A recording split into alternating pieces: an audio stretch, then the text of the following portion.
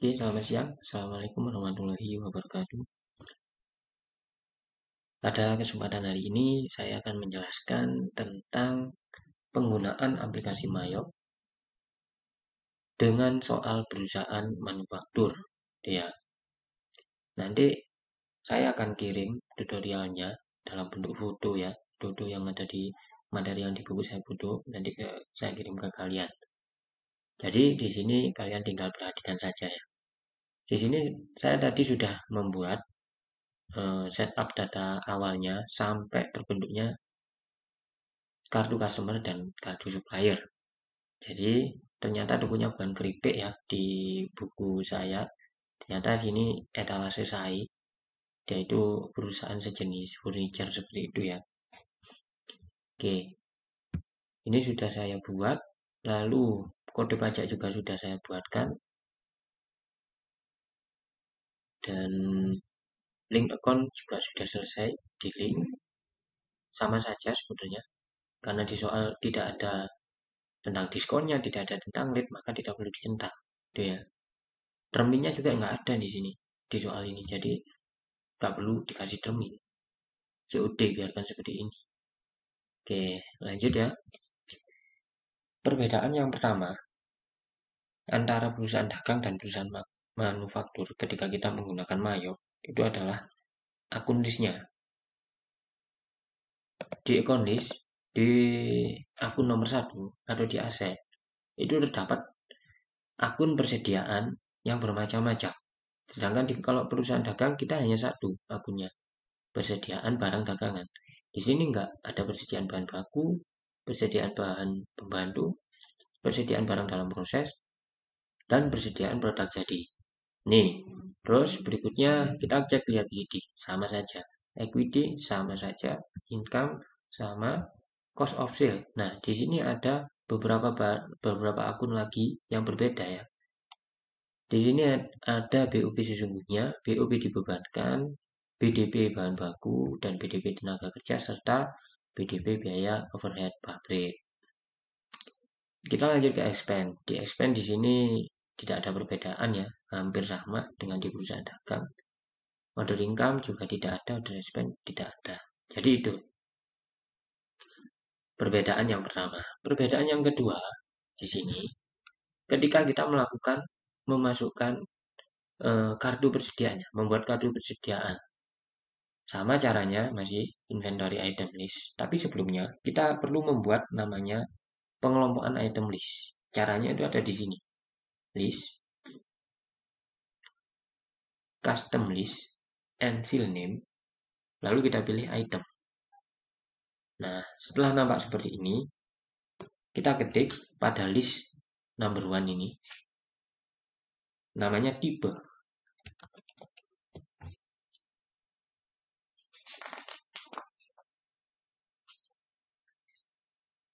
Oke, lalu kita klik OK.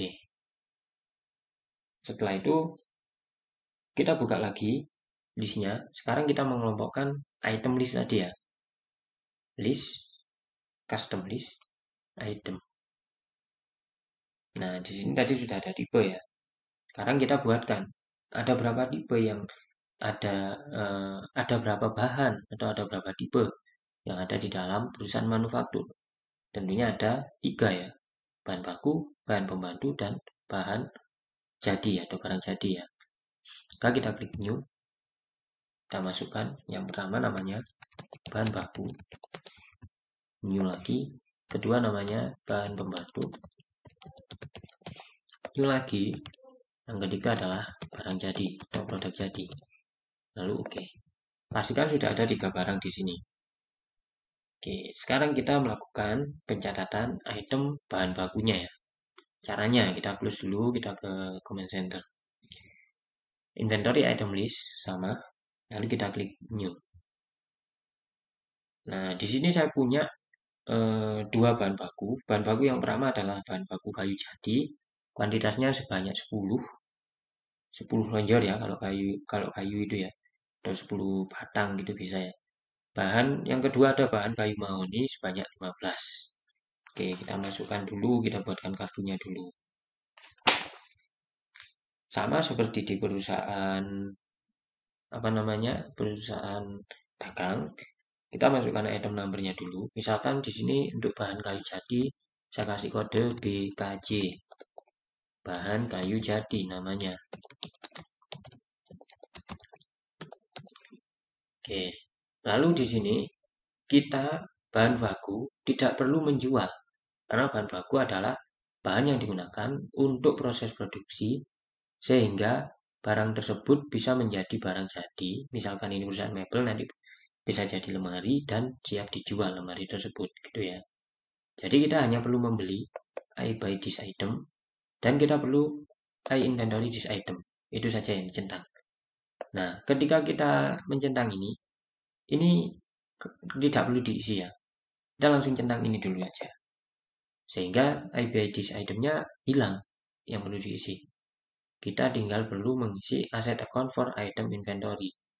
Barangnya akan digudangkan di mana, akunnya persediaan apa namanya. Karena ini bahan baku, maka kita samakan persediaannya. Kita pilih ini, persediaan bahan baku. Use account. Setelah itu kita geser ke tab berikutnya, yaitu item detail. Nah, di sini kita pilih tipenya. Tipenya ini tadi adalah tipe apa? Bahan baku. Kita pilih. Description-nya ini juga dikasih namanya tadi. Bahan baku. Ini penjelasannya ya, lebih rinci ya. Kayu jati. Use item description on sale and purchase. Jadi ini nanti akan muncul ketika terjadi penjualan dan pembelian. Setelah itu kita ke buying detail. Di buying detail di sini sama ya seperti di dagang. Di sini bisa kalian ketik unit saja. Lalu di sini kita pakai BBN. Oke, itu untuk bahan baku. Kita buat yang satunya ya. Sekarang new bahan kayu mahoni BKM. Namanya bahan kayu mahoni. Item detail. Jangan lupa tipenya dipilih. Bahan baku. Deskripsinya bahan kayu mahoni. Bahan baku ya. Centang jangan lupa. Lalu buying detail. Pastikan sudah keisi. Lalu kita klik OK. Ignore all jika muncul seperti ini. Oke, kita sudah punya dua bahan baku. Sekarang kita masukkan bahan pembantu. Misalkan di sini saya punya bahan pembantu yang pertama adalah blidur dan yang kedua adalah triplek. Blidurnya sebanyak 7 dan tripleknya sebanyak 8. Oke, kita langsung aja new ya. New di sini perlakuan bahan pembantu itu hampir sama dengan bahan baku karena bahan pembantu ini dia akan bahan pembantu ini akan ikut serta dalam proses produksi. Jadi kalau kita hanya punya kayu, kita nggak punya pelidor, kita nggak punya triplek, kita nggak akan bisa jadikan kayu tersebut menjadi lemari. Itu ya. Jadi kita perlu bahan pembantu. Sifatnya sama, kita hanya membeli saja, tidak perlu menjual. Tuh. Maka kita tulis di sini item numbernya dulu. Misalnya saya buat PLT. Pelidor. Centang kita beli dan centang kita persediakan. Nah ini akunnya persediaannya ganti, bukan bahan baku lagi, melainkan bahan pembantu. Setelah itu kita geser ke item detail. Sini kita tulis di sini bahan pembantu pelidor. Centang, pilih tipenya, jangan lupa bahan pembantu. Lalu berikutnya kita new lagi. Item number di sini kita isi dengan seperti tadi. Sekarang triplek DRP. Triplek namanya. Centang sama item detail. Jangan lupa deskripsinya. Bahan pembantu triplek. Centang, pilih tipenya dengan bahan pembantu. Lalu cek dulu buying detail. Lalu kita klik OK. oke. Oke, ignore all. Berikutnya, kita ke memasukkan persediaan barang jadi. Persediaan barang jadi ini perlakuannya hampir sama seperti persediaan barang dagangan, di mana barang jadi ini akan dijual belikan ya. Jadi perusahaan ini sewaktu-waktu bisa membeli barang jadi yang bentuknya etalase atau lemari tadi, bisa juga dia produksi sendiri lalu menjualnya, gitu ya. Oke, kita new barang jadi yang pertama dalam bentuk almari ya. Jadi ini saya kasih tipe AL1. Ini almari pelidur gitu ya. Almari pelidur. Di sini saya andaikan saya punya sebanyak 15 unit ya almarinya. Centang kita membeli, kita menjual, dan kita menyediakan. Oke, pakai harga pokok penjualan, I purchase itemnya, lalu I sell this item kita pakai penjualan. Berikutnya I inventory this item pakai persediaan produk jadi. Bentar, saya cas laptop dulu.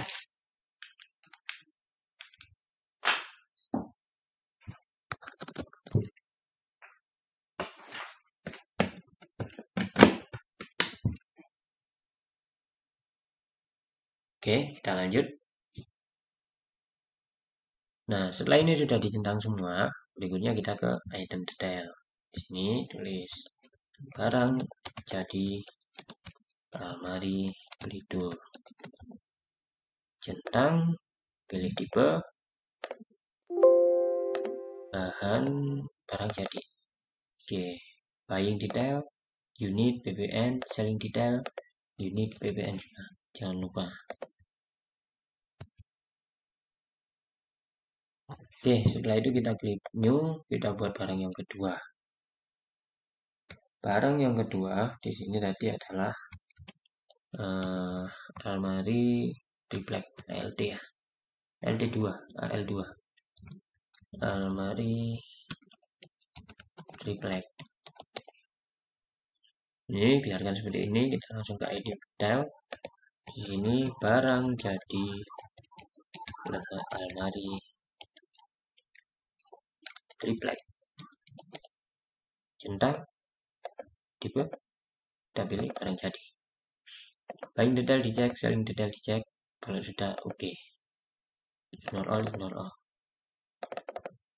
Oke, kita sudah membuat barang bahan baku, bahan pembantu, dan barang jadi. Itu ya.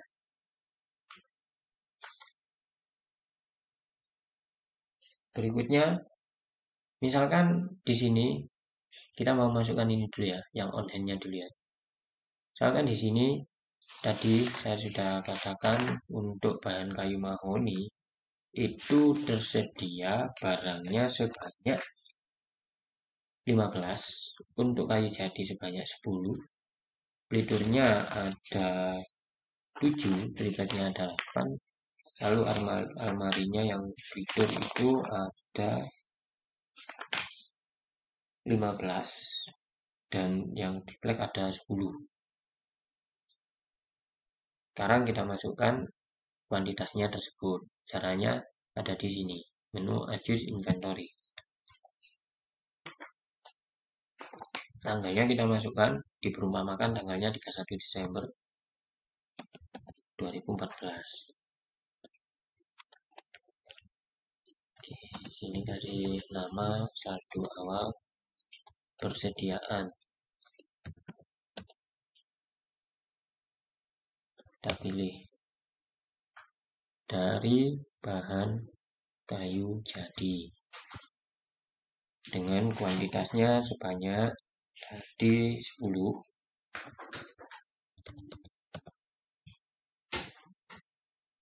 Berikutnya kita pilih akunnya persediaan bahan baku. Selanjutnya, barang yang kedua adalah bahan kayu mahoni sebanyak 15 unit dengan akun persediaan bahan baku. Oke, kita campur aja jadi satu. Sekarang bahan pembantu. Bahan pembantunya di sini Blidur sebanyak 7. Akun persediaannya harus cocok, persediaan bahan pembantu. Selanjutnya triplek sebanyak 8. Akunnya bahan pembantu.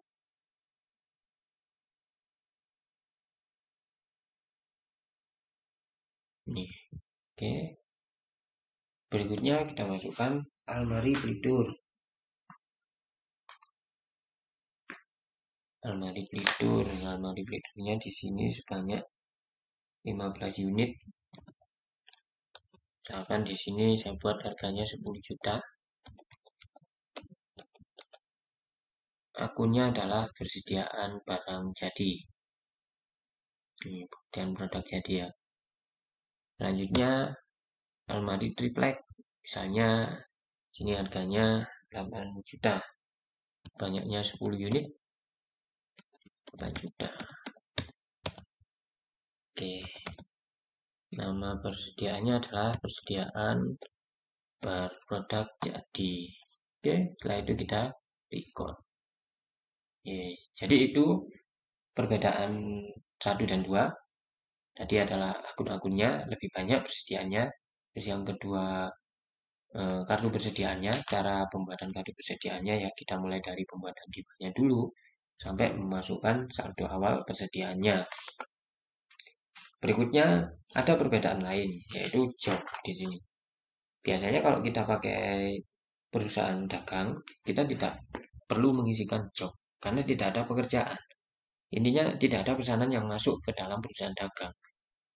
Kita kan hanya membeli barang dagangan dan menjual lagi dengan mencari keuntungan. Itu kalau perusahaan dagang. Kalau perusahaan manufaktur kan enggak. Kita perlu pekerja, perlu karyawan untuk menjadikan produk tersebut bisa dijual. Jadi kita ini mebel ya, produknya adalah almari. Nah, bahan bakunya kan kayu. Kayu itu kalau hanya ada kayu Blidur, itu nggak akan jadi lemari kalau nggak ada orang yang buat lemari tersebut. Nah, makanya kita perlu men-setting namanya job. Menu job itu terdapat di sini, list job. Ini.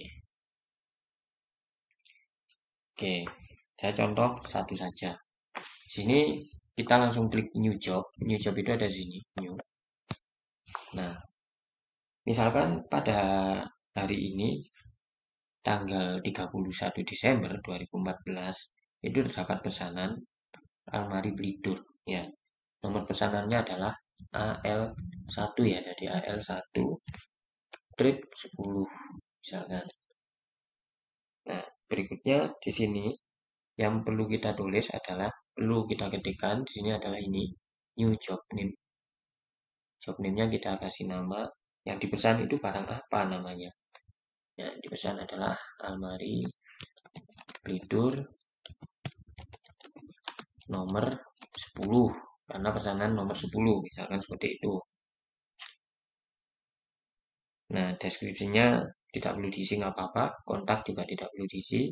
Tapi kalau misalkan ada kontaknya dari si pemesan bisa kita isi di sini ya. Berikutnya persen komplit. Ini tahapan almari Blidur ini sampai tanggal 31 Desember. Itu sudah berapa persen? Misalkan ini sudah jadi, maka ini tulis 100%. Start date ini mulai mengerjakannya mulai kapan?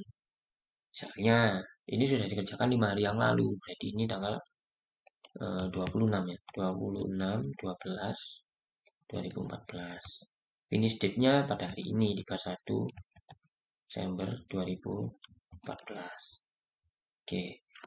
Sini manajernya silahkan ditulis manajernya manajer siapa, misalnya manajer Amiruddin misalkan.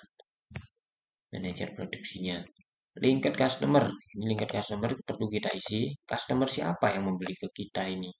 Membeli almari Blidur ke kita. Misalkan di sini Toko Arjuna yang membeli. Nah, kita pilih Toko Arjuna. Use customer. Lalu kita klik OK. Oke, jadi itu contohnya. Misalkan yang pesan ke kita itu ada 10 barang, maka yang di sini harus ada 10 baris. 10 almari ya, almari Blidur maupun triplek. Jadi seperti itu. Oke, itu perbedaan dari setup awal perusahaan dagang dan setup awal perusahaan manufaktur. Silakan kalian pahami dulu video ini. Jika ada yang masih belum paham, silakan ditanyakan. Nanti saya akan lanjutkan penjelasan tentang transaksi perusahaan manufaktur menggunakan aplikasi Mayo. Oke, terima kasih atas perhatiannya. Mengingat sekarang ada banyak bencana, tetap jaga diri, selalu berdoa agar kita diberi perlindungan. Kurang lebihnya mohon maaf. Assalamualaikum warahmatullahi wabarakatuh.